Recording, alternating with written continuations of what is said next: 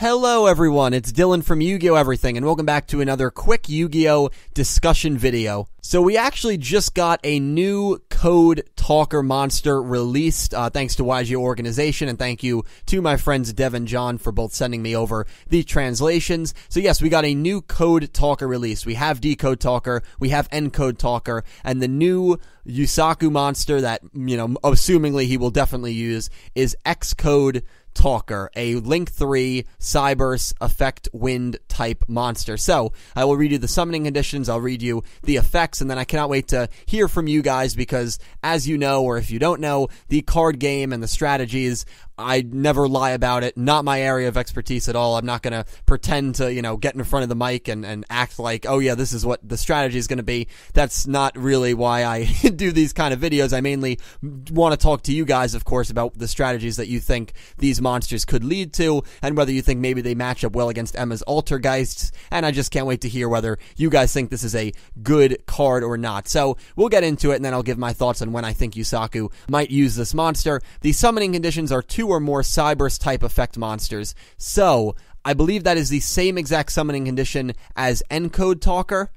I know Decode is just 2 or more effect monsters. I believe Encode is the same 2 or more Cyberse monsters, so same conditions there as Encode. So here are the effects. So the first effect, you can only use one of these effects per turn. When this card is link summoned, you can choose a number of unused main monster zones equal to the number of monsters in the extra monster zone. Those main monster zones cannot be used while this monster remains face up. So theoretically, you could use this first effect when you first get EXCODE out, and then if it lasts through your opponent's turn, you can use, obviously you would definitely use the second effect, and that effect is monsters linked to this card gain 500 attack. Also, they cannot be destroyed by card effects. So this is a very interesting dynamic in terms of comparing this to Decode Talker, because with Decode Talker itself gains 500 attack for every monster linked to it, while Encode is giving away, or EXCODE, excuse me, is giving away 500 attack points. Not its own attack points, obviously, but just boosting a monster by 500 attack points, which I kind of like how there's that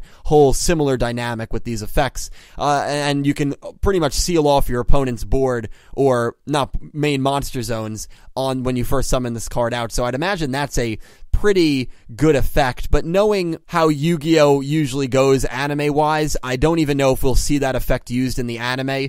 It's probably going to be a well, actually, no, we probably would, but a lot of the times monsters don't last on the field for more than like 1 or 2 turns, so usually you don't get to see all of those effects, but obviously you can freeze the board only as long as EXCODE stays on the field.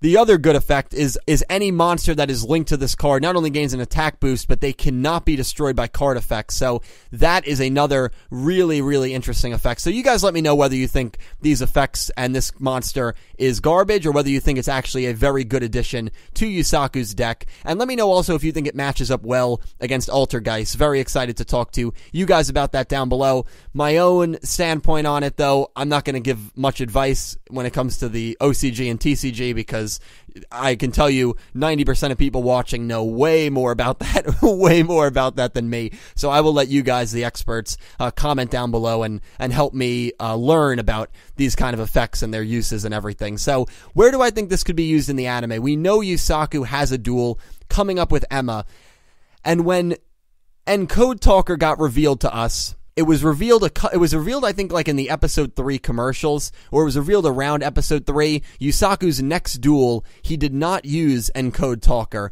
He did not use Encode Talker until he dueled Aoi, which was in episode 7, excuse me. So we might not actually see EXCODE Talker in this next duel against Emma, because that duel most likely is only going to last maybe till episode 15.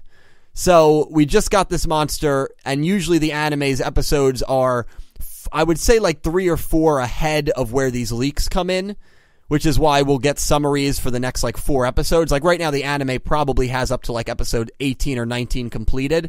So, I actually am going to say we will not see this monster. We will not see EXCODE against Emma.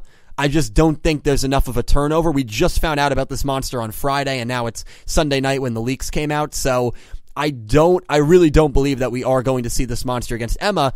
That most likely means we are going to have another duel featuring Yusaku versus enter name here, after the duel against Emma. Or maybe there will be a quick one-episode duel that doesn't have anything to do with Yusaku. The one complaint about VRains that a lot of people are starting to have is we haven't seen a duel that has not featured Yusaku Fujiki. It doesn't feel like they're doing it bad, to be honest, because we're still getting at least plot episodes to build up other characters and to build up the story. But it would be nice to see Yusaku take a break and watch two of the non-main characters duel. I think that's something that Arc 5 did very well, where they showed a lot of their cast members dueling early on in the show. And so hopefully we see that with VRains soon. I love Yusaku. He's probably my favorite character, honestly, but it gets boring. It gets to be kind of like Judai with GX. The guy dueled like 90 times when it's the same character dueling every single time, and the strategies are always kind of similar. So it's cool that we have a new code talker. I just don't think that we will see this against Emma. We'll probably see it around episode 17 and 18. I don't know who he will be dueling at that point, but I guess we will just have to wait and see. So give me your predictions. Where do you think the show goes after Yusaku and Emma? And who do you think Yusaku might... I'd actually... This is a good question. First of all, let me know if you like this card. Let me know if you like the design. I haven't talked about the design, but I love the design. It looks like... I first thought of Elemental Hero Bubble Man, except with like green armor on.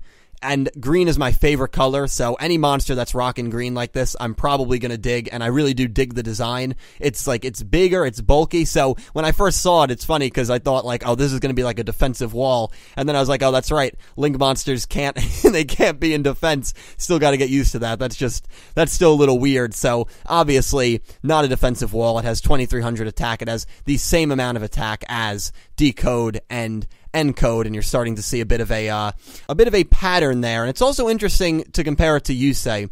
We got a lot of junk upgrades, not junk as in trash, but like Junk Warrior, Junk Synchron, a bunch of junk upgrades before we got any upgrades about Stardust, if I recall correctly. So that could be exactly what's happening here. We're going to get a lot more code talkers before we get upgrades for Firewall Dragons. Back to that question, let me know the first person you think Yusaku will use this monster on. Do you think it will be used on Emma in this upcoming duel, or is the turnover just way too quick for them to write it in, or for them to have already written it in and not revealed it? You guys let me know down below. Thank you guys so much for watching. I hope you have an amazing day.